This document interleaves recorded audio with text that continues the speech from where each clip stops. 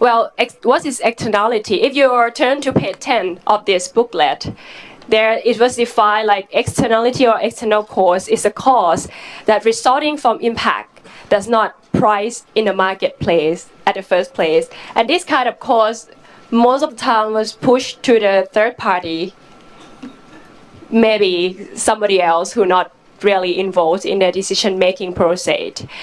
This external cost burden from the IPP project that I will show you the evidence today can divide into 2 points. First is I'd like to show the difficulty during operation of the hydropower project, which is the only IPP in Laos that's import to Thailand. And the second point is the underestimate of natural resources loss of this project. What is the difficulty during operation? I'll point the condition of risk management that depict in the specific in the concession agreement. Environmental condition change and also the duration of electricity demand is probably not matched between demand and the ability of supply. Just quick tell you more detail about this the highlighted project, the Nam Turn 2.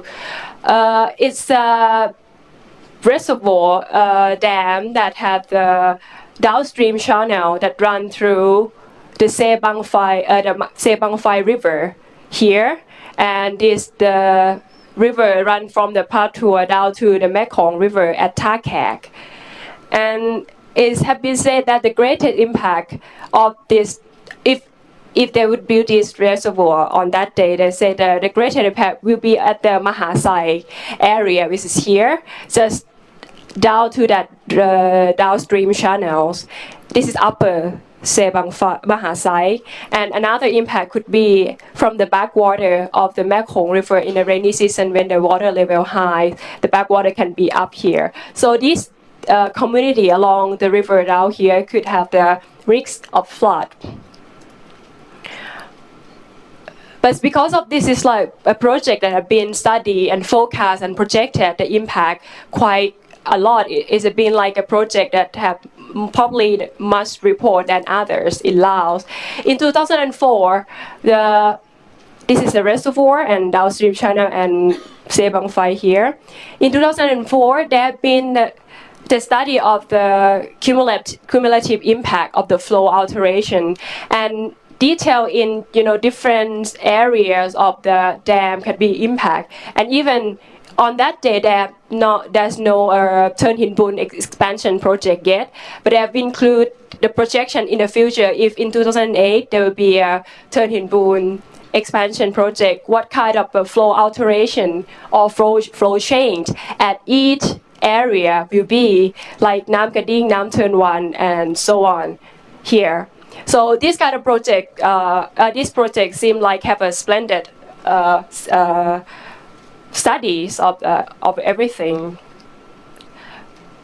Then there said in the concession agreement, it has been written down that there will be a risk management regime that they will apply for this project, with this mainly to protect the community from the flood or the flood management condition here. It's said that the restricted operation should apply when the flow at Mahasai, upper Mahasai, approach 1,970 cubic meter per second, and the flow, if the flow reach 2,270, it have to be stopped or stopped before. So the warning state is 1,900 here. I'll show you here this is the track of the flow at the Sebangphai at Mahasai, and this is information from the company itself, record at the Sebangphai. The red graph up and down here show the flow change during the time started from September 2010 until November 2010, which is like a peak time for the rainy season. The flow will go on the top here. It's been remarked in the data that this blue blocks time here, which is between 4 October to 12 October 2010, is a flood time in Sebangphai and Mahasai. Flow alteration from here, the starting point, down until the end of the flood remarks time, start from 1,200, and it's only one day at day 5 of the flood that the flow reached above 1,970 cubic meter per second and then ran down to 1,800. What I like to highlight here is the flood had been occurred for 5 days, as they remark in the data, but it's only the middle days, the day 5, that it's reached the restricted point or restricted operation point, and actually the flow never reached the stopped point. But anyway, there is the burden, the externality occur, which is the flood at the community. Looking at also the report of the ADB in 2004 that's predicted the flow change in the Sebang Phai Mahasai to be able to prepare for the change.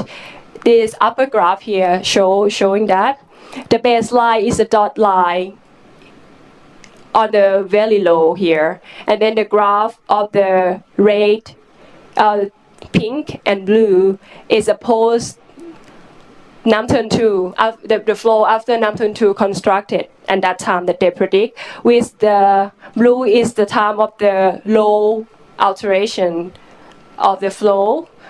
You mean that the gangway will operate and change the flow to maximum of around 300 cubic meter per second, and this is like an average, the low average and upper average. Anyway, it seemed like from the average of the baseline here, the peak is come around 800 cubic meter per second, and it's predicted to happen around August or September.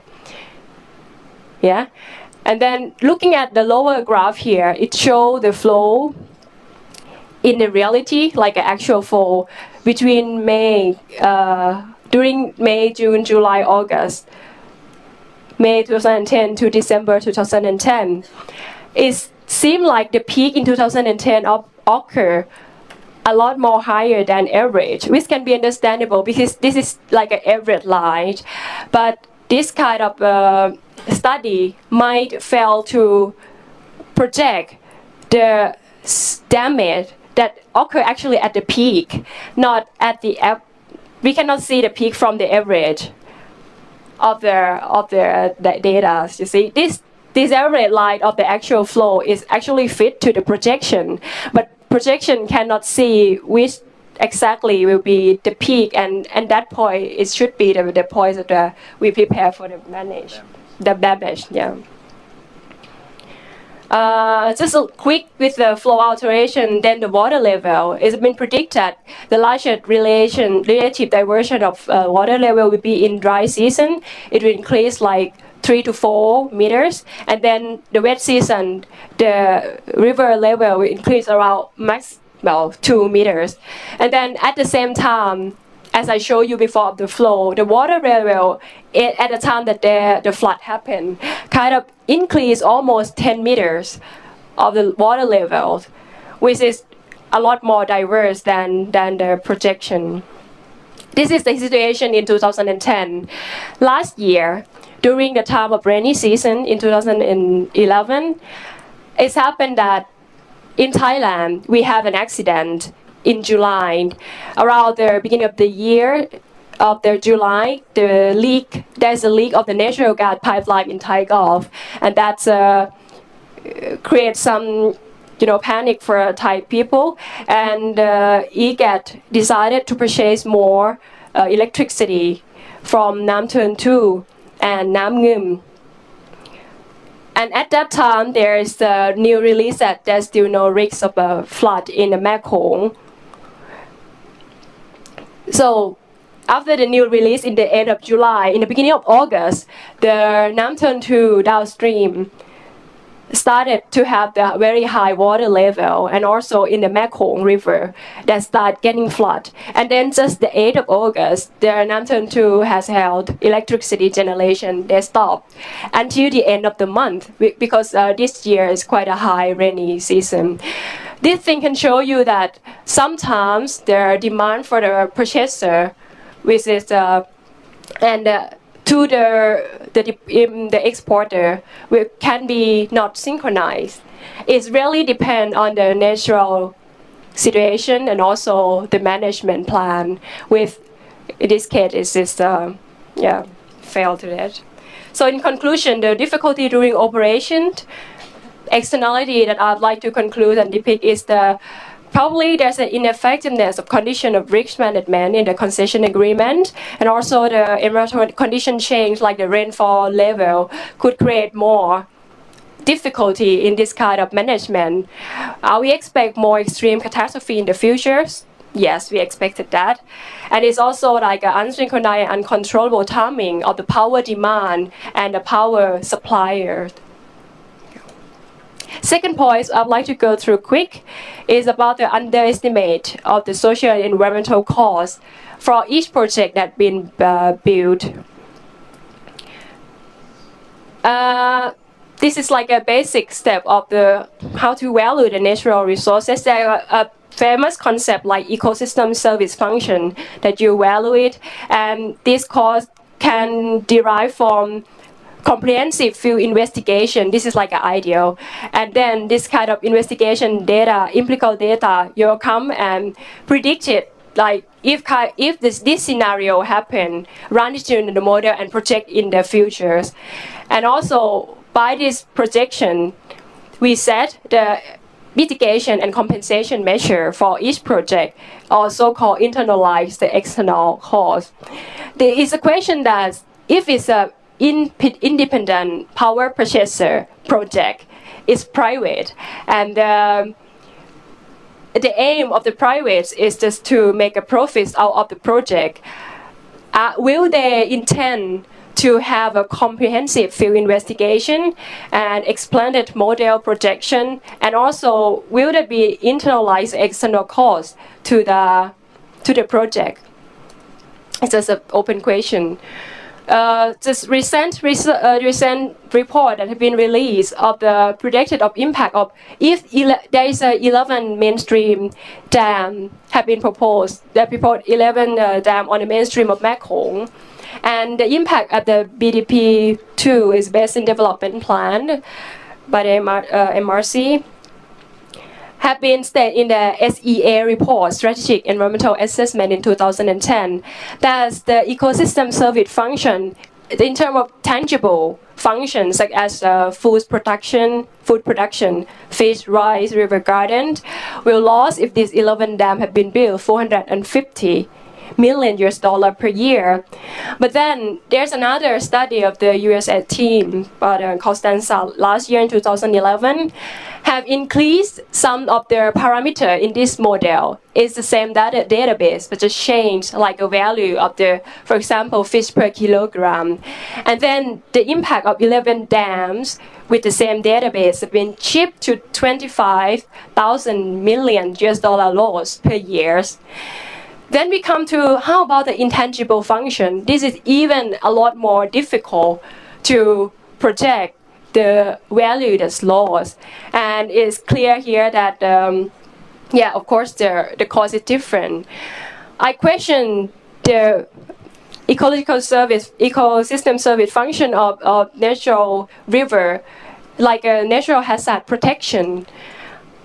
If this kind of, function loss, how can we estimate the cost of damage in the future?